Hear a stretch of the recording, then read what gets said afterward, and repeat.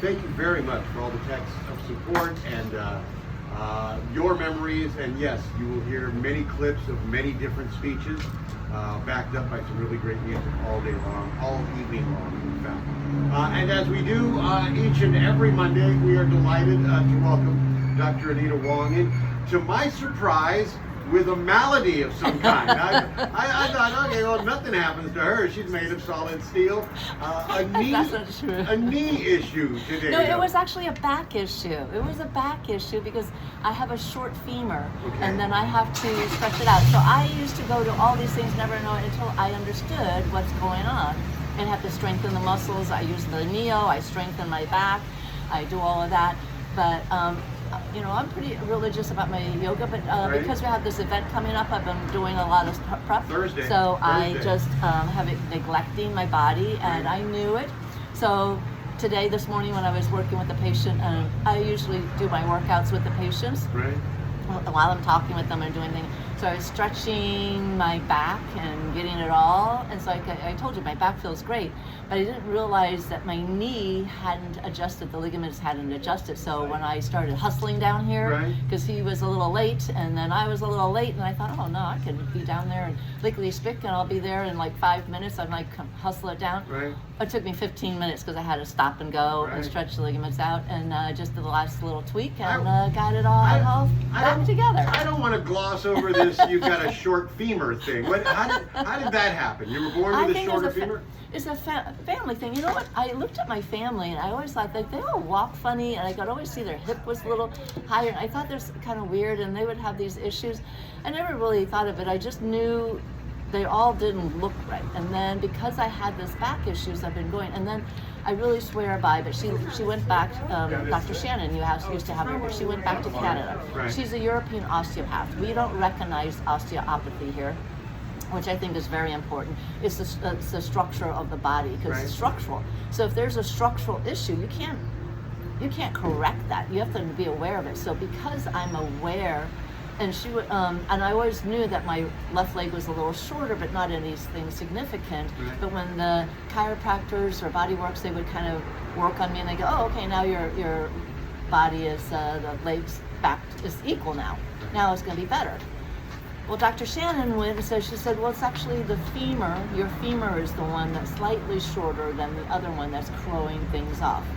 And now that I know that, I think knowledge is power. So, you know, physical therapists who, you know, come in and tell their patients that their glute doesn't engage. I have a patient that I'm working on the gluteus maximus, and I'm engaging that muscle. So when they go to their physical therapy, it actually works. And I do it with the technology that gives them the extra boost, so that there's some muscles to work with for the physical therapy. Or the orthopedist tells me something. So having those, giving me those information helps me to work, because I can't fix structural, but I can help them work better. And because I know that I need to make the left side of my body longer, I just do that. And I haven't done that for the last 2 weeks. So it was shortened, and so I was doing it there. And then I was like, I never had that where my knee was like, oh my goodness. So if you neglect your yoga for a week or a little longer than that, your ligaments pay the price for it. Your knee ligaments pay the price for it. Yes. Now, I know a little bit about ligaments because I have ripped every ligament in my right knee that's possible. The ACL and the MCL. Quickly, what does each one of them do? Okay, quickly. Okay, well the ACL is like a cross the hatch thing that I think is like the powerhouse of the hinge, right? So that's going to keep that very stable. So you don't want that to blow, because that's the big hinge. Then I'm trying to think of and then you've got these little other meniscus. You're talking about did you say meniscus? No, the medial collateral ligament. And then you have the on the sides. You have all these ligaments on the sides that support that big hinge. Those little latches. So those, if you lose those, it's not going to be tremendous instability. You're going to have instability, but they're the ones that are on the side, inside, outside. That one's on the inside, and so those keep your knee stable, and then the big one keeps the bones connected, keep them so you can bend and close or open. I don't know if that helps. No, it helps a lot. So I Just in years between. ago screwed up the ACL multiple times, multiple surgeries on that. Eventually, boom, ACL is gone. And then after several years, my leg started bowing a little bit. And now, I'm strictly MCL. I'm an MCL guy right now. That's, So you don't have an I don't have an ACL. Oh. You got an extra one? Wow. It appears yours are fairly. So it appears you. But I do have glute. And you mentioned glutes earlier, and I want to mention this before we get into what we're talking about today. Before hip surgery, for the 5 years that I needed to have it, that I didn't have it, I lost my glute. I lost the strength in my glute. I lost the good shape I used to always have. I was pretty proud of it at one time, and then it was gone. Now, since last March, I've been doing, the stepper here at work. I've been doing a lot of working on. I've got it. My glute's back. I'm back. I couldn't be happier. Right. For those of you curious across the country, by the way, yeah, I'm looking at them. They're pretty amazing. Thank you very much. I appreciate that. We're talking about inflammation today. Always talking about inflammation. And I'm glad that we are, because so many people just are so lacking in knowledge about the dangers of inflammation to our body. Well, inflammation's not all bad. We need a little inflammation because that is like the little stressor. It's the thing that actually helps repair. It's a warning signal. Yeah. Well, there's good, like food is medicine and food is poison. Same with inflammation. Inflammation can be good because that could be healing, but if there's too much of it, then it's going to be damaging. So I don't want to put the bad vibe on inflammation all around. We don't want to so there is some types of good inflammation, because some people will come into the year and they're like, oh my God, look at this wound. I'm like, it's just inflamed. Oh no, I'm like, no, but that is a good inflammation, because that means the blood's going there, it's circulating, it's killing things off.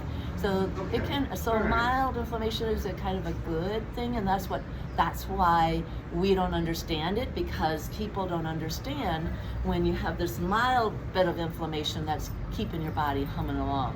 It's when it goes over to the chronic and too much and over, that's the bad inflammation. Now that we want to get rid of.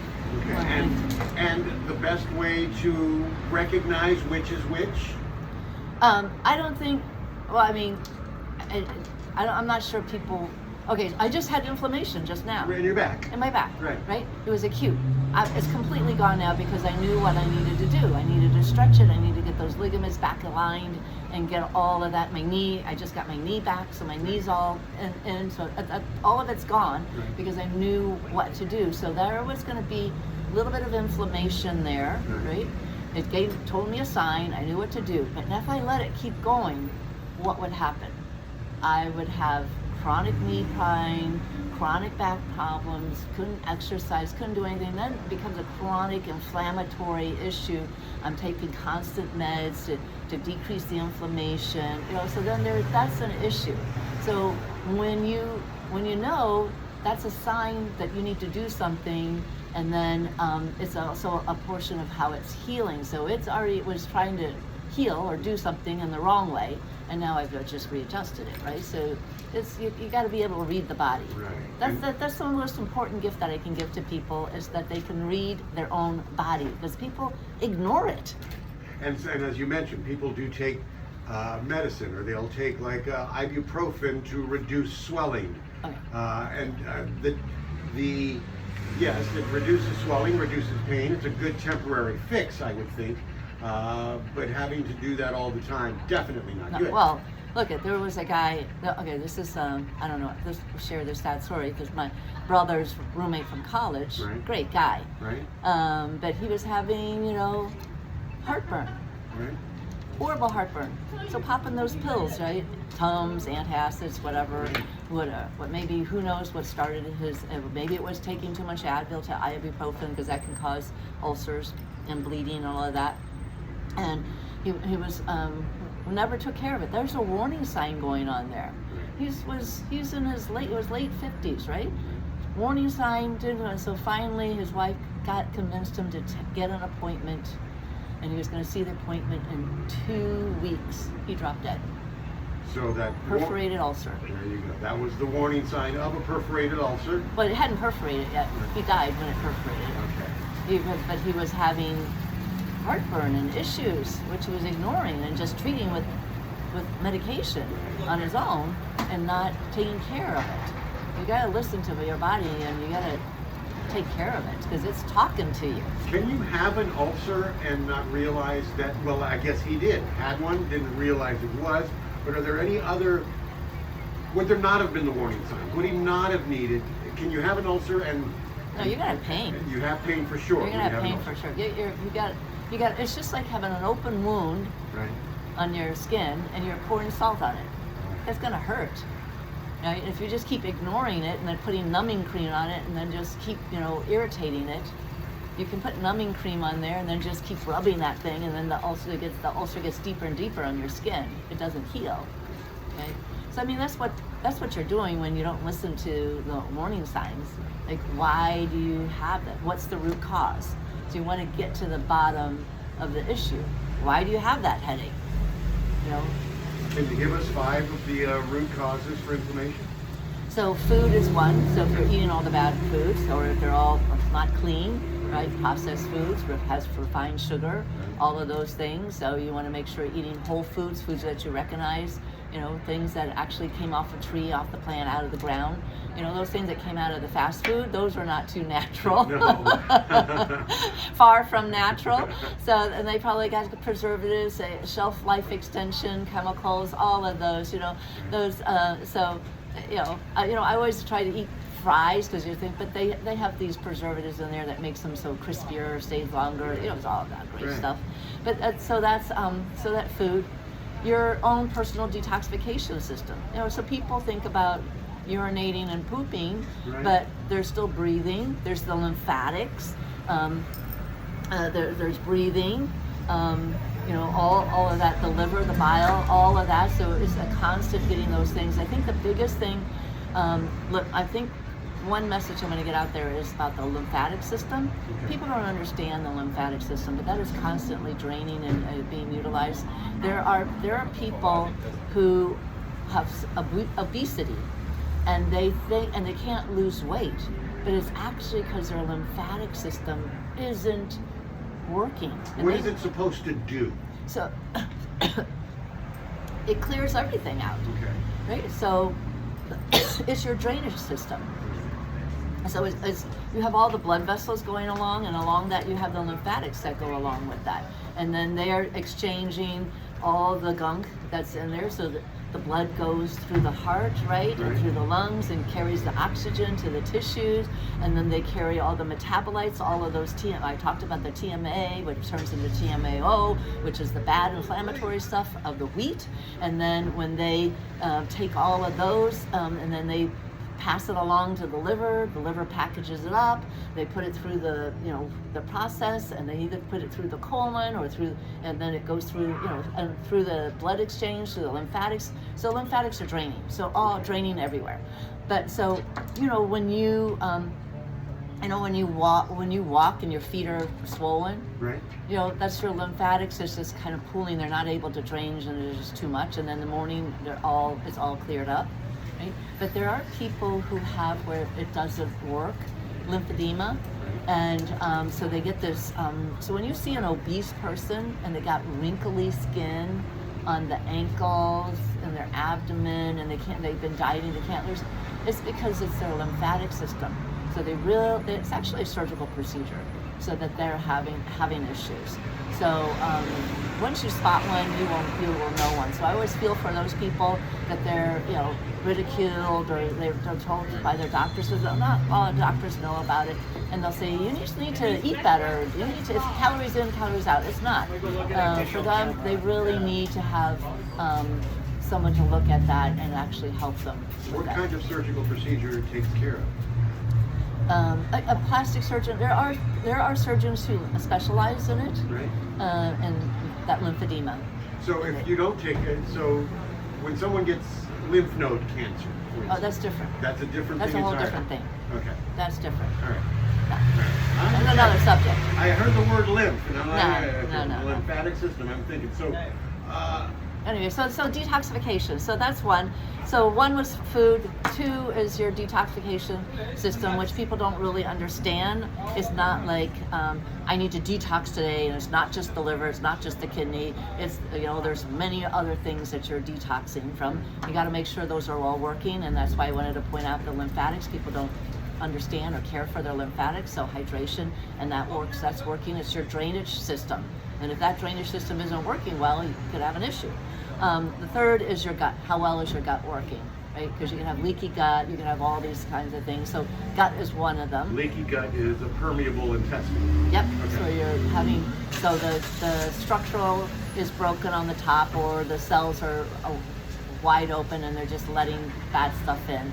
So having an unhealthy gut, not having the right bacteria and the microbiomes and all that stuff.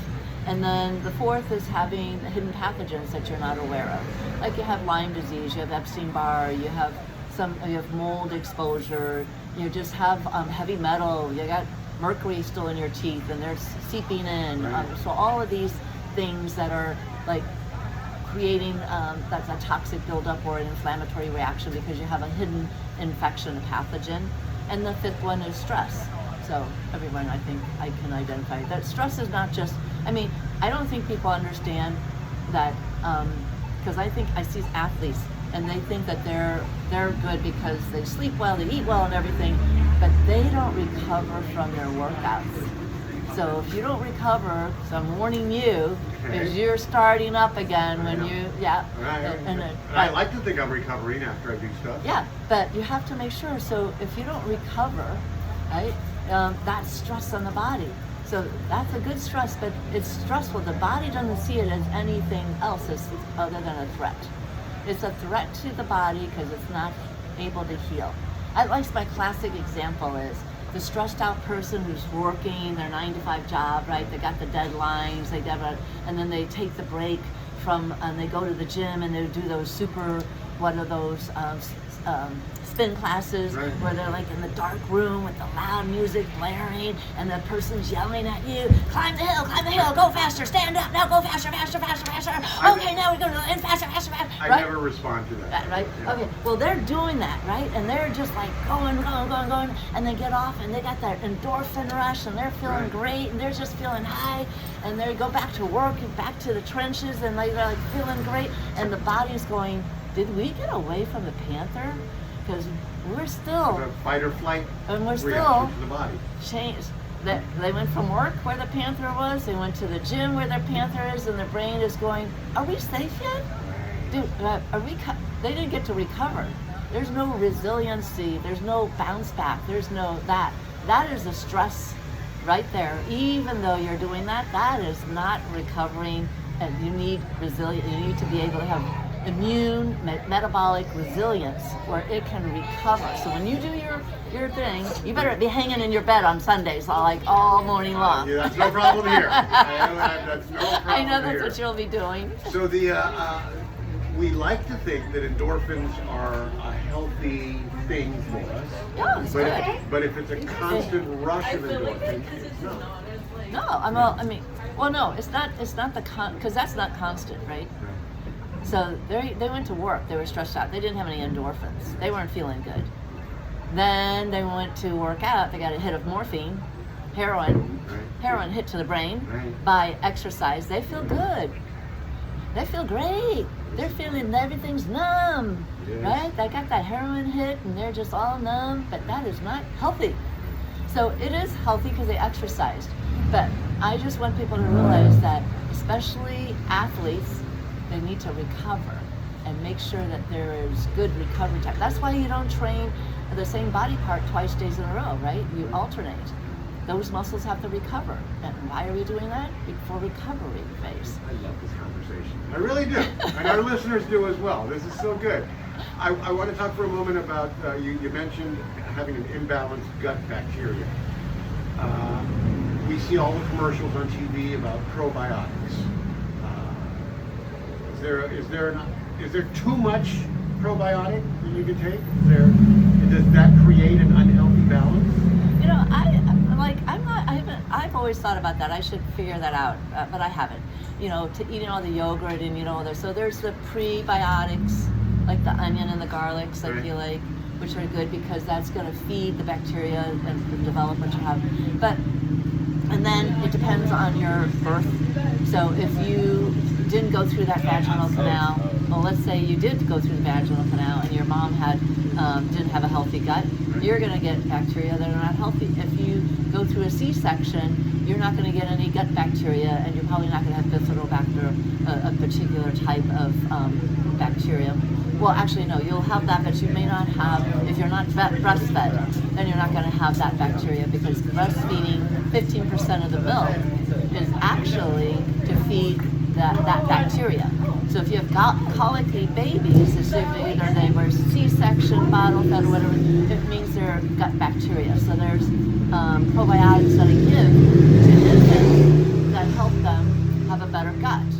So if you don't know which kinds of bacteria that you need, I'm not sure if those are all the right ones, and I don't know if those are just generically gonna be overwhelmed. So they usually use some lactobacillus are in there, or the spores ones, but generally you kind of need to know which ones are you're lacking, if you're lacking something. And I think just testing, having actual data and knowing is a little bit better than guessing. So, but in the meantime, sure, take the generic, this one and that one, all different types. And if you have SIBO, they can't tolerate it anyway because their gut's not working right. So they need good bacteria, but they can't even take it because they can't digest it. So those people have troubles even be able to take the oral supplements.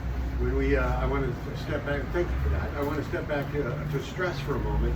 And as I'm hearing you say it, the body itself can't really distinguish, and I'm just thinking about myself with the laying in bed all day on a Sunday, what I need to do. The body doesn't distinguish between whether it's physical or emotional stress. No. It's just stress. It's just stress. And there's good stress, so it's just like inflammation. A certain amount of stress is good, body humming. And then once you go over the limit, then it's not bad. So when you're in bed, you're laying down, which is good, because when you're on your back, that's kind of like the dog, the submissive position, and the brain goes, I think I'm safe here. But then he's working, and then the brain's going, but that seems like a threat. So then I'm not sure it's fully recovering, because unless you're watching football, but then when somebody does a bad play and then you get upset, then they're like, was that a threat? Am I feeling safe? So it's all about the brain feeling safe and completely away. So that's what we call about prayer, meditation, where you're not thinking about anything. You're just safe. And that's the highest, when you can get up there and just be one with humanity and just feel great. So I do that several times a day. And I love doing it. So they don't know my secret. When I'm with my patients and I'm teaching them about this, and I'll go and take a moment, and I'll close my eyes and say, just take a moment, and I'll just like, and that's your moment. You're doing it now. So I just escaped. Right. And the brain goes, we were safe for there a second. And then the biochemistry, they kind of like shifting it.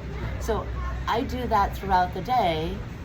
I take my moment and I switch it, because you got to be in balance between the sympathetic and the parasympathetic. And I'm really great at that, I think, except for sometimes when my boys stress me out too much, then I'm like, I need help. Right. But yeah, so I worked tremendously hard this weekend, but I was able to go, did some fun things, but it was like jam-packed this weekend.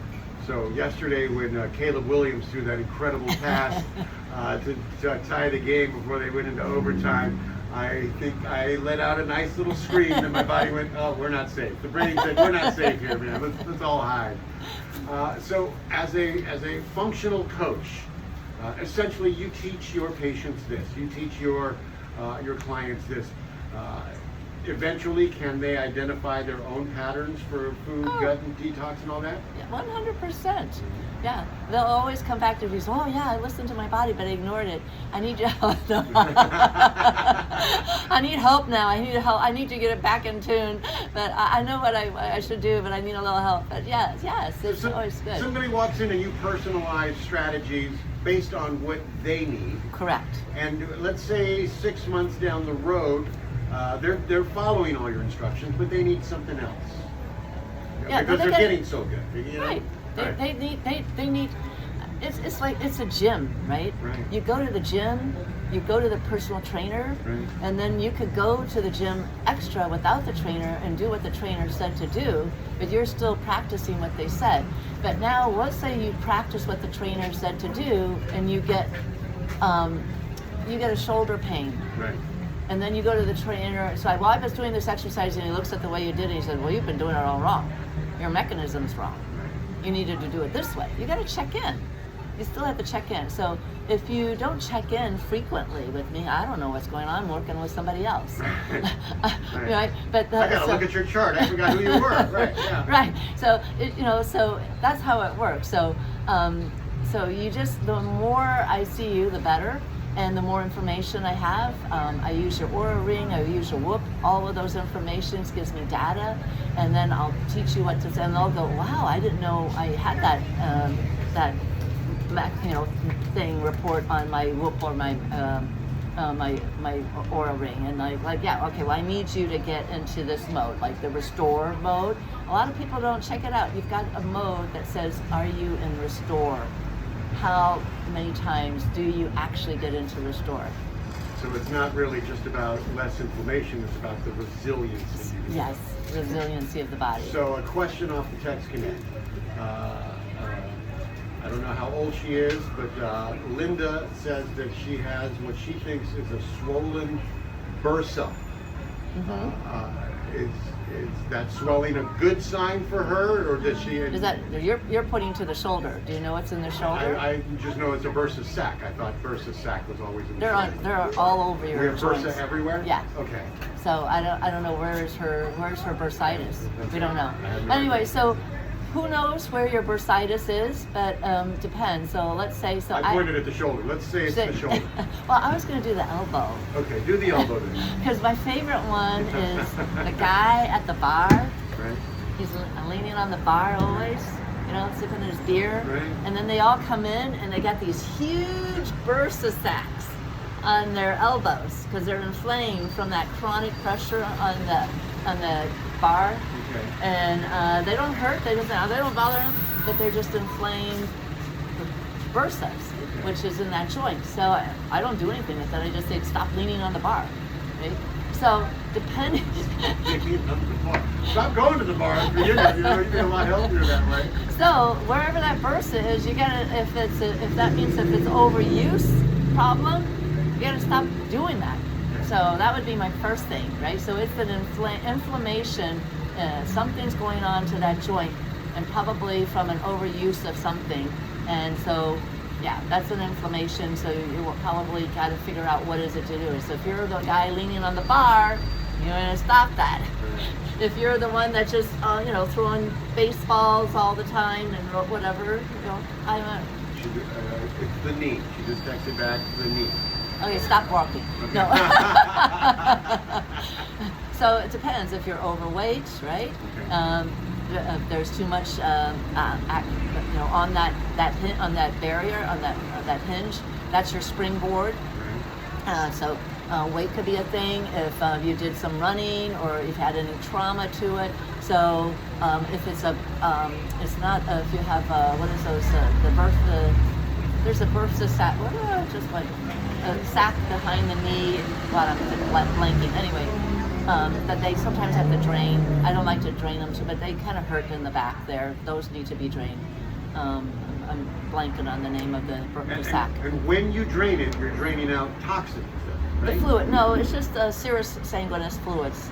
That sac usually has it, but it's just gotten over inflamed. So the 22nd, is a few days away.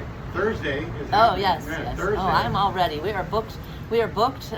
So. Okay. So is there no more room for anyone?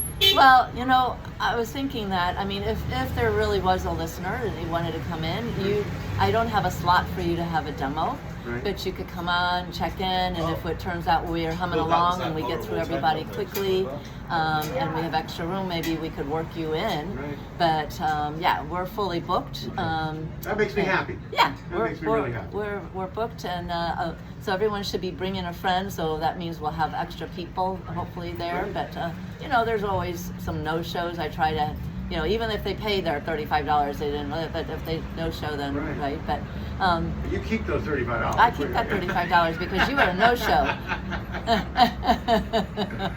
All right. Well, good luck and congratulations on Thursday. Yes, yeah, 4:30 to 7:30. So pop in. I mean, we're always happy to say hi. All right. And if someone else wants to just get healthier, Right. and lose, you're not a dietitian, but you know everything about diet. So if somebody wants to go, you know what, Dr. Wang, I don't think I'm eating healthy. I don't feel good all the time. That's a sign. That's a signal. That's a Definitely. problem. Yeah. How do they get in touch with you? Yeah, so you can, if you want to also, because I'm going to do this annually, Okay. you can get on a list and then we will make sure to tell you when the next one's coming up. Okay. So you can stop in, give us your name, you can message me, 949-734-0580. Text me or leave a voicemail or we'll answer the phone maybe. And then you can always do a complimentary discovery call by going to the website anitawangmd.com and book a consult then, and let us know if you're interested in for us to let you know when the next event is. All right. And all the way back to your office now, are you going to be careful walking? Or Yeah, I mean, I am so happy that I did all that work while I was working on that patient while he was, and pain's all resolved. Dr. Anita Wang, as always, thank you for your time, and thank you for always illuminating the conversation. Yeah. I feel much smarter after our conversations each and every time. Now I know there's more than just shoulder versus sacks. Yeah. Yeah. And now you know you're not going to be leaning on that bar too much. I am not the type to frequently lean on a bar. Dr. Anita Wang, thank you so very much. We will see you next Monday. Yep. Look forward to it. 11:48 the time.